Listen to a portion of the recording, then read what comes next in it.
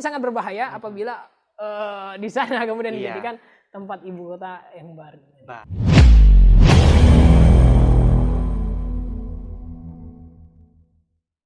Dari ekologi dan geologis ini lemah, ada sekitar 6 hal yang saya ingin bahas. Yang pertama adalah di lokasi penajam pasir utara itu, Kutai Kartanegara, Kalimantan Timur, itu pertama rawan terhadap gempa. Nah, jadi rawan terhadap gempa. BMKG, gitu, Badan Klimatologi dan Geofisika itu menjelaskan di sana itu ada pusat-pusat gempa yang sekitarnya itu ada 5 gitu, 5 pusat gempa. Yang namanya yang pertama adalah Cesar Peter Porse, Cesar Peter Norse itu yang pertama. Kemudian yang kedua itu Cesar Tarakan gitu. Yang ketiga Cesar Mangkaliat. Yang ketiga ada Cesar, ada 5, saya agak lupa. Nah, dari 5 ini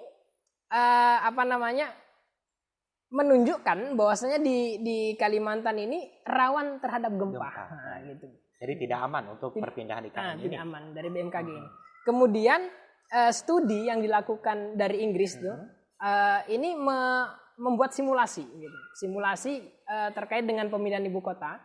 Jikalau andai saja ibu kota itu dipindahkan di sana, kemudian terjadi gempa di Selat Makassar dan menimbulkan efek tsunami, maka sekitaran ibu kota, penunjang ibu kota itu akan terendam banjir. Gitu. Dan ini pasti akan sangat merugikan ibu kota.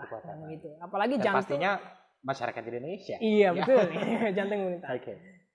Kemudian yang kedua tadi masih gempa. Yang kedua adalah banjir. Gitu. Jadi kemudian kita masih ingat betul 2020 bulan Juni itu penajam pasir utara itu daerah Kalimantan Timur ini dilanda banjir. Kemudian baru-baru lagi juga 2021 akhir tahun kemarin Desember akhir tahun itu juga dilanda banjir yang sangat parah. Dan ini diakibatkan batuan di sana itu kedap terhadap air. Dan kemudian pohon-pohon tanaman di sana itu sudah mulai berkurang sehingga struktur humus tanah itu maksudnya di sana struktur tanahnya tidak bisa membentuk untuk menyerap air gitu. Karena pohon-pohon di sana sudah mulai habis akibat eksploitasi gitu. Kemudian yang ketiga adalah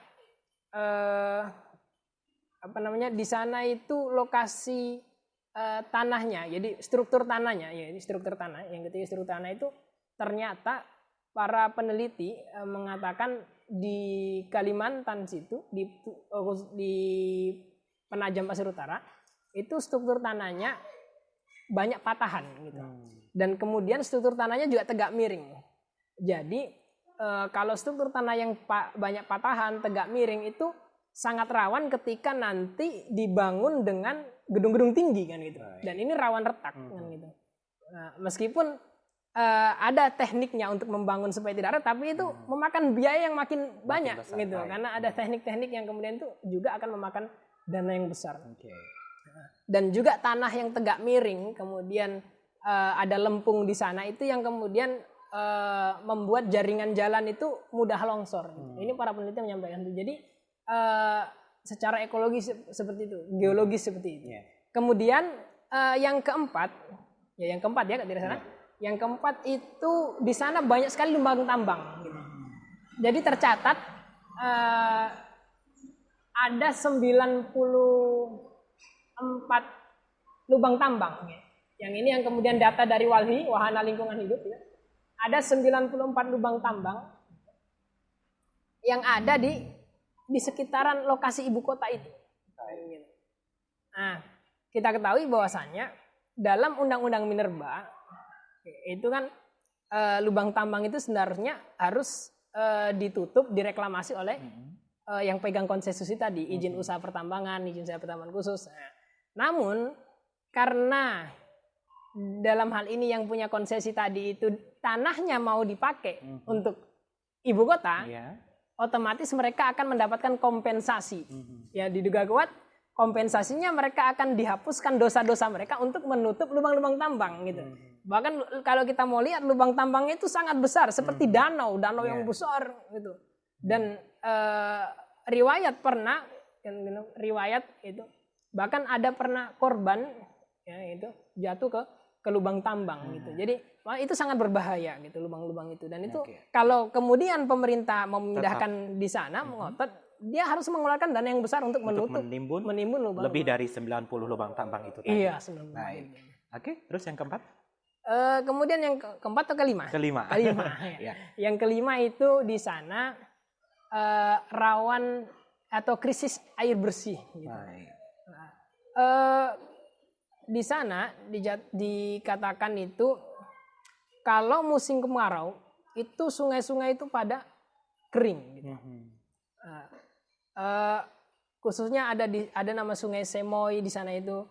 Makanya para peneliti kemudian menganalisa gitu. Andai saja kemudian ibu kota ini pindah ke mana? Ke tadi itu Penajam Pasir Utara gitu Kalimantan. Mereka akan kesulitan air bersih. Kalaupun mereka mau mengambil air bersih itu ada di sana tapi di daerah Sungai Mahakam. Dan jaraknya Sungai Mahakam dari calon ibu kota baru itu sekitar 50 sampai 60 km. Dan kalau kita mau tarik pipa ke sana gitu, itu luar biasa memakan biaya yang sangat besar. Dan ini proyek yang luar biasa. Yang terakhir yang keenam, di sana itu ternyata rawan terjadi kebakaran. Kenapa dikatakan begitu? Karena di sana lapisan-lapisan batu bara, di sana kan tempat tambang batu bara ya. Lapisan-lapisan batu bara itu sangat banyak di sana.